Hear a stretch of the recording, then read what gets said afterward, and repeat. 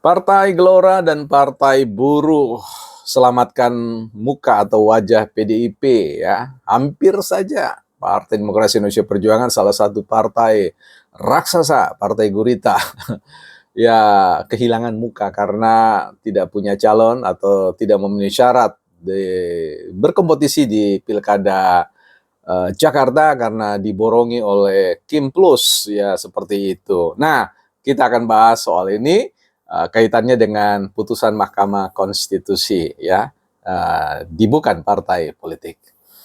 Selamat datang teman-teman di ruang yang disebut dengan bukan sekolah partai ya.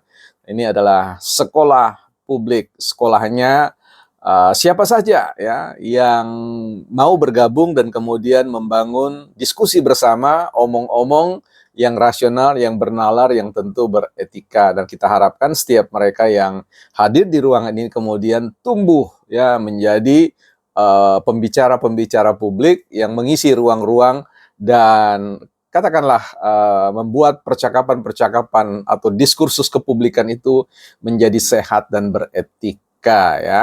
Seperti itu. Nah, konten ini jawaban saya dari permintaan salah seorang sahabat kita yang meminta untuk tolong dong buatkan konten yang berkaitan dengan Mahkamah Konstitusi atau putusan terkait dengan ambang batas. Nah, ini saya buatkan. Tentu dari perspektif yang menurut saya ingin saya isi dan ingin saya meriahkan. Saya ingin melihat ini dari satu sudut pandang atau angle perspektif yang agak lain terkait dengan penyelamatan ya wajah Partai Demokrasi Indonesia Perjuangan. Tapi sebelumnya kita lihat buku kita, referensi kita. Ada 3 buku yang saya miliki teman-teman yang ditulis oleh seorang tokoh politik ya, ilmuwan politik yang sangat ternama ya dengan adagio atau pernyataan atau tesisnya terkait dengan strong state dan weak state ya. Weak state ya. Jadi negara kuat ya, negara gagal ya. Strong state negara kuat ya, fail state maksud saya, weak state jadi negara gagal, negara lemah dan sebagainya. Ya itu tesis yang beliau sampaikan.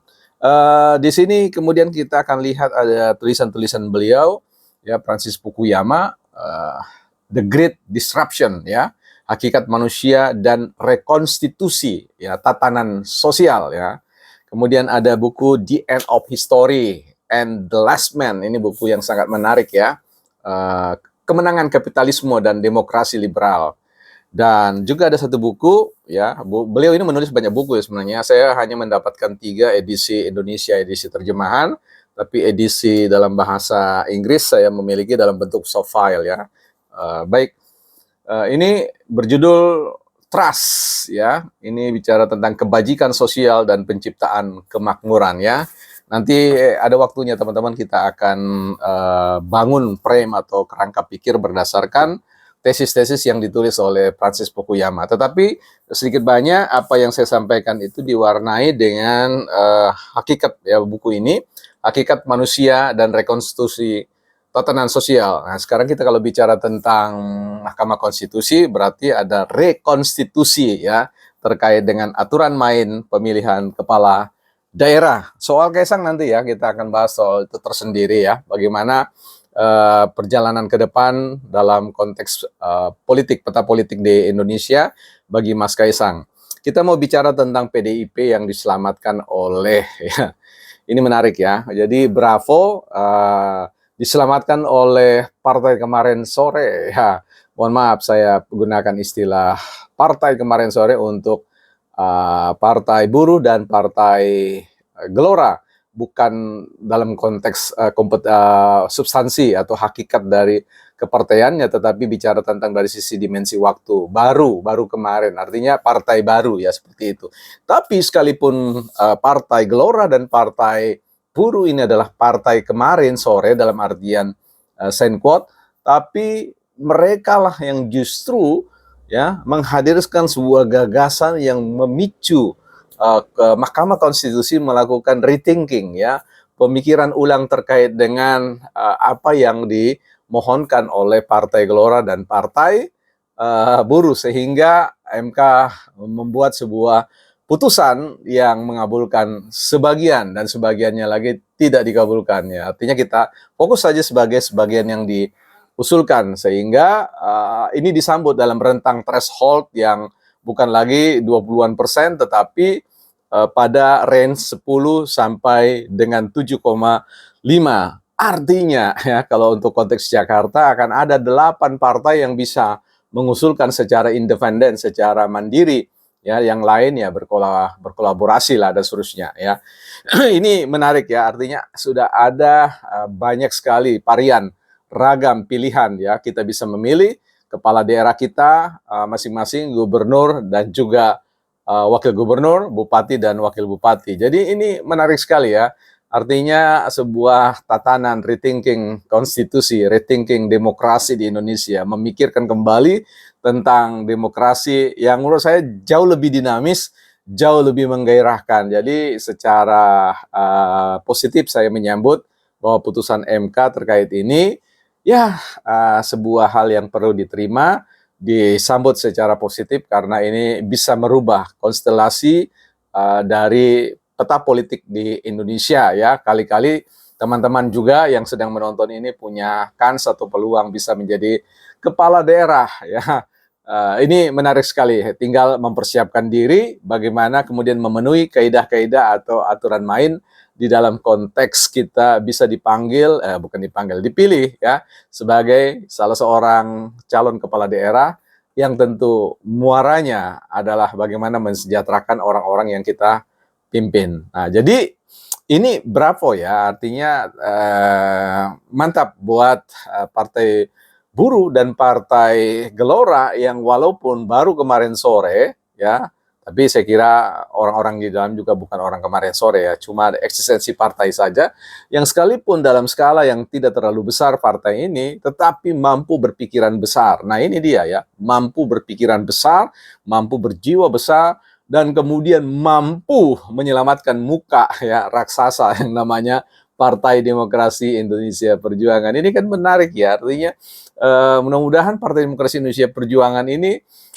mulai berefleksi bahwa selama ini mungkin sudah tidak menghasilkan gagasan-gagasan yang bisa menarik perhatian dan bahkan merubah ya tantangan rekonstitusi ya, merubah tatanan konstitusi kita supaya kemudian itu bisa mengakomodir keadilan ya, keadilan bagi seluruh rakyat Indonesia khususnya bagi mereka-mereka yang memiliki bakat talenta menjadi seorang pemimpin ya. Dan ini tentu saya rasa tidak mengurangi ya. Saya kira sekalipun ada dinamika politik yang kemudian akan terdefinisikan kembali pasca penetapan putusan MK ini, saya yakin tidak dilihat sesederhana dalam konteks koalisi misalkan Kim Plus ya, banyak orang mengatakan buyar, bubar ya Kim Plus.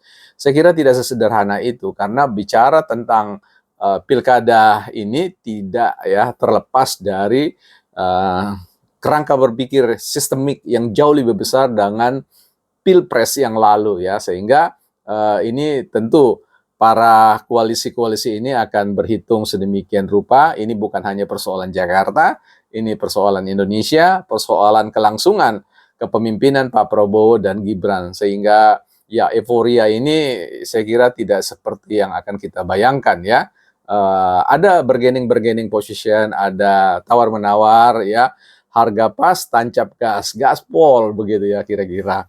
Nah, jadi teman-teman yang bisa kita ambil dalam konteks keputusan Mahkamah Konstitusi ini adalah sebuah putusan yang baik, yang brilian menurut saya, bravo buat para hakim di ini sekalipun memang menyisakan sebuah pemahaman. Jangan sampai kemudian publik melihat ini terpisah dari sebuah agenda politik.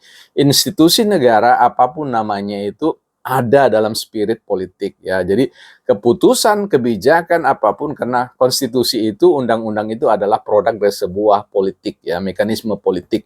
Nah, jadi nuansa politik itu, pertarungan politik itu bisa saja kita lihat di depan layar, bisa saja itu tidak mampu kita tembus di kedalaman, tetapi secara prinsip kita melihat apakah putusan ya konstitusi itu tidak mencederai demokrasi, tidak mencederai keadilan sosial ya, keadilan bagi seluruh rakyat Indonesia. Nah, karena itu mudah-mudahan PDIP ya berterima kasih kepada Ya untuk konteks Jakarta mungkin beliau berterima kasih ya PDIP, tapi untuk konteks yang lain ini menjadi sebuah PR besar bagi PDIP karena mekanisme penggerogotan terkait dominasi ya di katakanlah pilpres, di pilkada ini akan tergerus. Semua akan terdefinisi ya, akan ada sebuah keseimbangan baru untuk melihat munculnya peta politik ya, kekuatan-kekuatan politik yang boleh dikatakan hadirnya ini merupakan great disruption ya, great disruption bagi konstitusi kita,